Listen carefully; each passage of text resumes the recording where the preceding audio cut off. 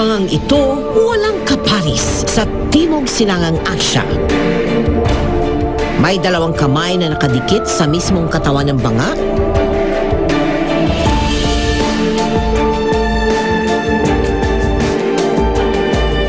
At ang pinakatakip, may disenyong ulo ng tao.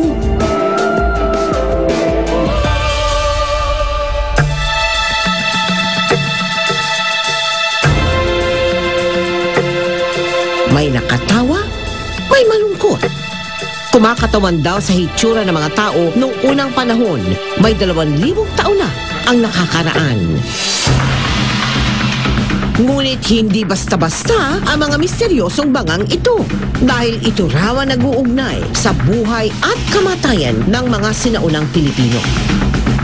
Ito ang mga maitom jars ng Sarangani.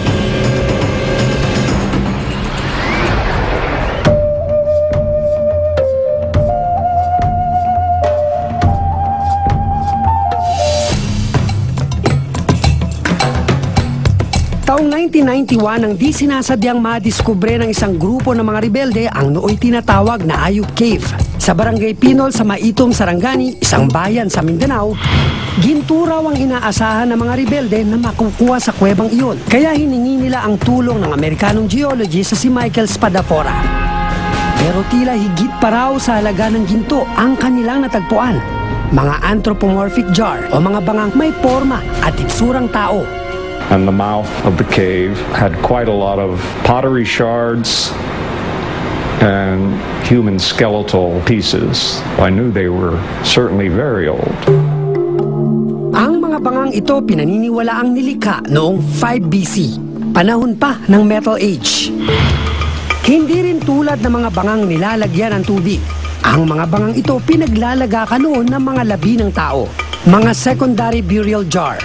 Dahil maliliit lang yung vessels na nasa loob o yung mga pottery sa loob ng malaking vessel, daliri lang at saka ngipin lang ang pinipili nila, hindi nga yung mga long bones. It shows that during this time, napapanganak pa lang si Kristo, meron na tayong maunlad na kultura kamukha nito. Ayon pa kay Dr. Eusebio Dizon, Scientist 3 ng National Museum, na pumunta pa mismo sa Mindanao para pag-aralan ang mga natuklasang maitom jars, muntik na raw nilang hindi abutan ang mga banga noong unang pagpunta nila sa Mindanao. Pinakita sa akin yung koleksyon, nakasako na yung iba, handa na nilang ibenta kung kani-kanino pala sa mga hapon. So kinausap ko nga, sabi ko, wag naman, balato nyo na lang to sa atin, sa kultura natin to. Sabi ko, kung lalabas pa ito ng ibang bansa, sayang naman. Just the entrance of the cave, up to the middle part. Pinuntahan ko yung kuweba, tinignan ko how much damage has been done kasi the cave was dug for treasure hunting. So sa aking assessment, sabi ko, naku, may mauhukay pa rito sa gilid-gilid. Hindi raw naging madali ang lahat para sa grupo ni Dizon, lalo pat ang paligid ng kuweba, pugad dati ng mga rebelde. Minamadali namin yung trabaho dahil every now and then binibisita kami ng mga ibang grupo doon na may mga dalang kidnap victim. Inuubos yung pagkain namin. Mahirap na experience at maraming sleepless nights. Really something for national treasure. Makalipas ang ilang buwan ng paghuhukay, sa wakas, mahigit 100 ulo pa raw ng maitom jars ang naisalba ng pangkat ni Dizon. Lahat ito sinasabing humigit kumulang 2,000 taon na ang tanda. Subalit hindi lahat ng mga banga nadala ni Dr. Dizon sa National Museum. May ilang hindi malayong nakuha na raw sa kuweba bago pa man dumating si Dizon. Ito di umano ang mga bangang pinaniniwalaang umiikot sa black market ngayon. May maabot daw ng 300,000, 400,000. Dumarami din yung mga nangungulekta. Kaya tumataas yung value. Ang mga maitom jars itinuturing ng National Cultural Treasures at Important Cultural Properties. Ibig sabihin, bawal itong ibenta o ilabas ng bansa. Ang bagong batas ngayon, which is the National Cultural Heritage Act of 2009, ito yung Republic Act number 10066. May penal provision dito na may penalty of 200,000 pesos and imprisonment. Pero paano nga ba nangyaring kumalat ang mga maitom jars sa merkado? Para sagutin ang katanungang iyan, tumayo kami sa mismong bayang pinagmulan nito. Pagdating sa turismo, naghihintay pa lang daw matuklasan ang itinatagong ganda ng bayan ng Maitum sa Sarangani. Ngunit ang pinakaiingatan nilang yaman, matatagpuan daw sa kanilang munisipyo. Ganda ma'am, no? Ganda ng pagkakaano niya. Amazing talaga. Sa unang beses na makita ko ang mga bangang ito, di ko maiwasang mapaisip. Ito rin kaya ang itsura ng mga sinaunang Pilipino?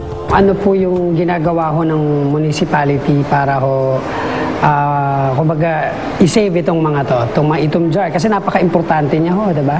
We agreed with the National Museum na mailalagay ito dito. So that way, we would like the people to be really aware of the heritage that they have. Nabigla ako sa aking natuklasan. Ang mga banga palang nakadisplay sa munisipyo, mga replika lamang. Nilagay ito dito, replica lang siya, di ba? Kasi, like what you said, wala naman kayong space para ilagay yung mga jars na ginagawa sa National Museum. We have to make sure that yung original andoon that is really well guarded. But we would also want the people to know here in Maitum and our visitors that comes here that we had these things here. Maski replica lang, at least malalaman nila kung ano talaga Pero pag itsura. nagkapera na, Yes. at may building na, Oh, yes. We meron would na tayong like that. museum. Ang tangi raw orihinal na Maitum jar na nasa kanilang pangangalaga, mga basag na. Kamay. But yung color niya talagang black. Kaya siya Maitum. Tama? Tama ho ba, Mayor? Ito para siyang ano? Para siyang... Apon.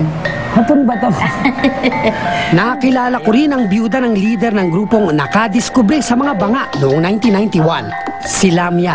Para sa inyo, anong mas mahalaga? Ginto o itong mga to? Ginto, kasi hindi namin alam kung ano ang ano niyan. Kung alam lang, sana hindi ko na binigay yan lahat. Tinago ko na. Oo, totoo. Kaya meron ngayon naghahanap. Ang isang ano lang, doon sa ano, tag 100,000. Isang piraso. Yung nakuha namin, kami ni Ayob, nadala talaga ni Dison sa Manila. Lahat? Wala akong tinira sa inyo. Wala. Meron akong isang souvenir, ginawa ng anak ko na project doon. Binigay niya sa eskwelahan. Kinabukasan, sa kagustuhan kong makakita ng orihinal na buo o kahit ulo lang ng Maitum jar, pinuntahan namin ang paaralang tinutukoy ni Lamia. Kasama ko ang tourism officer ng Maitum na si Ernelito Ramirez. Meron nung pinagbigyan daw nung